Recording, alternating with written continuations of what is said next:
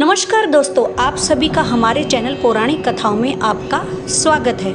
दोस्तों, आज की वीडियो में हम श्री राधा वल्लभ की प्रतिमा की प्राकृतिक और मंदिर से जुड़ी कुछ बातों को जानेंगे। श्री राधा वल्लभ मंदिर वृंदावन का सबसे प्राचीन मंदिर है। यह मंदिर बांके बिहारी जी के मंदिर से वॉकिंग डिस्टेंस पर कोई आधा किलोमीटर की दूरी पर है। वैसे एक बात जानकर आपको बिल्कुल हैरानी नहीं होगी, भारत में कई सारे मंदिरों की जैसे श्री राधा वल्लभ मंदिर पर भी मुगलों द्वारा आक्रमण किया गया था। यह हमला मुगल बादशाह औरंगजेब के शासनकाल में हुआ था। उन्होंने मंदिर को बुरी तरह से क्षतिग्रस्त किया और काफी कुछ लूटकर यहाँ से ले गए थे। हालांकि आक्रमण से पहले ही मंदिर के सेवकों को ये जानकारी मिल गई थी और उन्होंने विग्रह को राजस्थान के भरतपुर जिले के कामा गांव में ले जाकर स्थापित कर दिया, जहां तक ये विग्रह 123 वर्ष तक रहे। पुनः वृंदावन लाए गए। श्री राधा वल्लभ के विग्रह को सबसे पहले श्री हित हरिवंश जी वृंदावन लाए थे और उन्होंने श्री विग्रह को यहाँ स्थापित किया था। आज उन्हीं के वंशज राधा वल्लभ जी की सेवा पूजा करते हैं, परंतु राधा वल्लभ के इस युगल रूप को प्रकट करने वाले तो कोई और ही थे।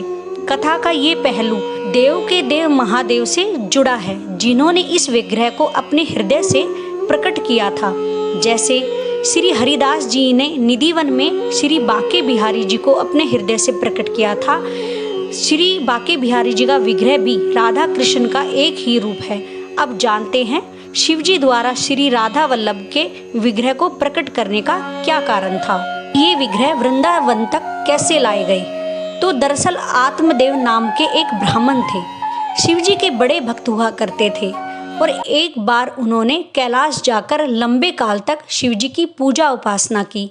उनकी तपस्या से खुश होकर शिवजी ने उन्हें कोई वरदान मांगने को कहा, जिस पर भक्त ने स्पष्ट कहा, मुझे तो सिर्फ आपके दर्शन मात्र की अभिलाषा थी, जो अब पूर्ण हो गई। फिर भी शिवजी ने उनसे वरदान मांगने को कहा, जिस पर आत्मदेव ने कहा, आपको जो वस्तु सबसे प्रिय हो आप मुझे दे दें।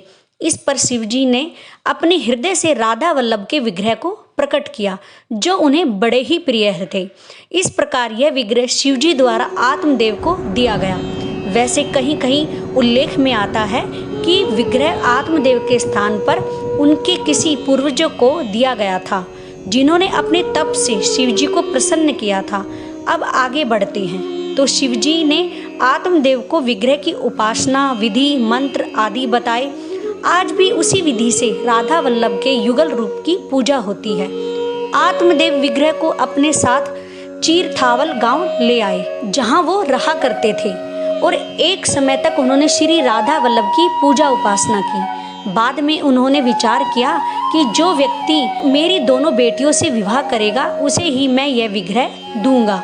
इसके बाद हुआ यह कि श्री हरिवंश जी जो 31 वर्ष तक देववन में रहे और उसके बाद 32 वर्ष की आयु में वृंदावन के लिए प्रस्थान किया। बीच में विश्राम करने हेतु वे उसी चिरथावल गांव में रुके। रात को सौपन में श्री राधा जी उनके सौपन में आई और विशेष आदेश दिया। साथ ही कहा कि इसी गांव में हमारा भी विग्रह है, उसे भी अपने साथ ले जाकर वृंदावन में स्थापित करें। जिस आदेश को श्री हरिवंश ने आत्मदेव की दोनों बेटियों से विवाह किया और उनसे राधा वल्लभ के विग्रह को प्राप्त किया।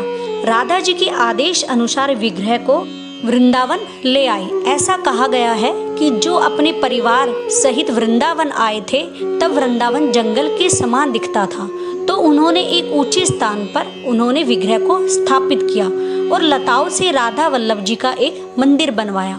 मंदिर के आचार्य बताते हैं कि श्री हरिवंश ने राधा वल्लभ को इसी प्रकार रखा और उनके लिए कोई मंदिर नहीं बनवाया।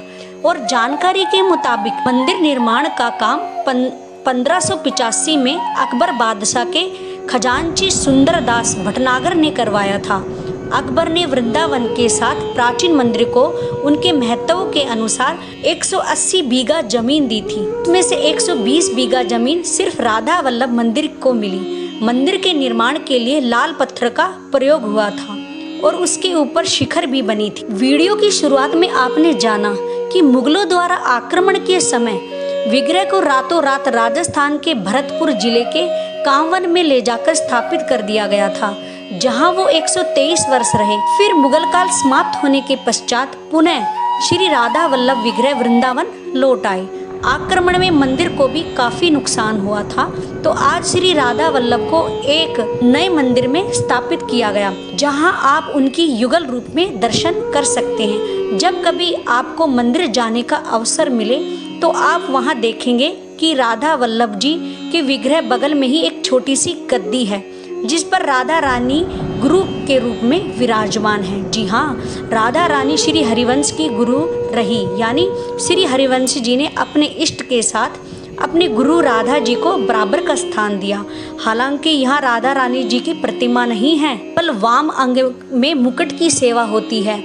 आप सोचेंगे कि बगल में कोई विग्रह है, लेकिन श्री हरिवंश ने राधा वल्लभ जी के एकाकार विग्रह के अलावा किसी दूसरे विग्रह को स्थापित नहीं किया, इसलिए उनके बगल में एक मुकुट दिखेगा जिसकी पूजा होती है।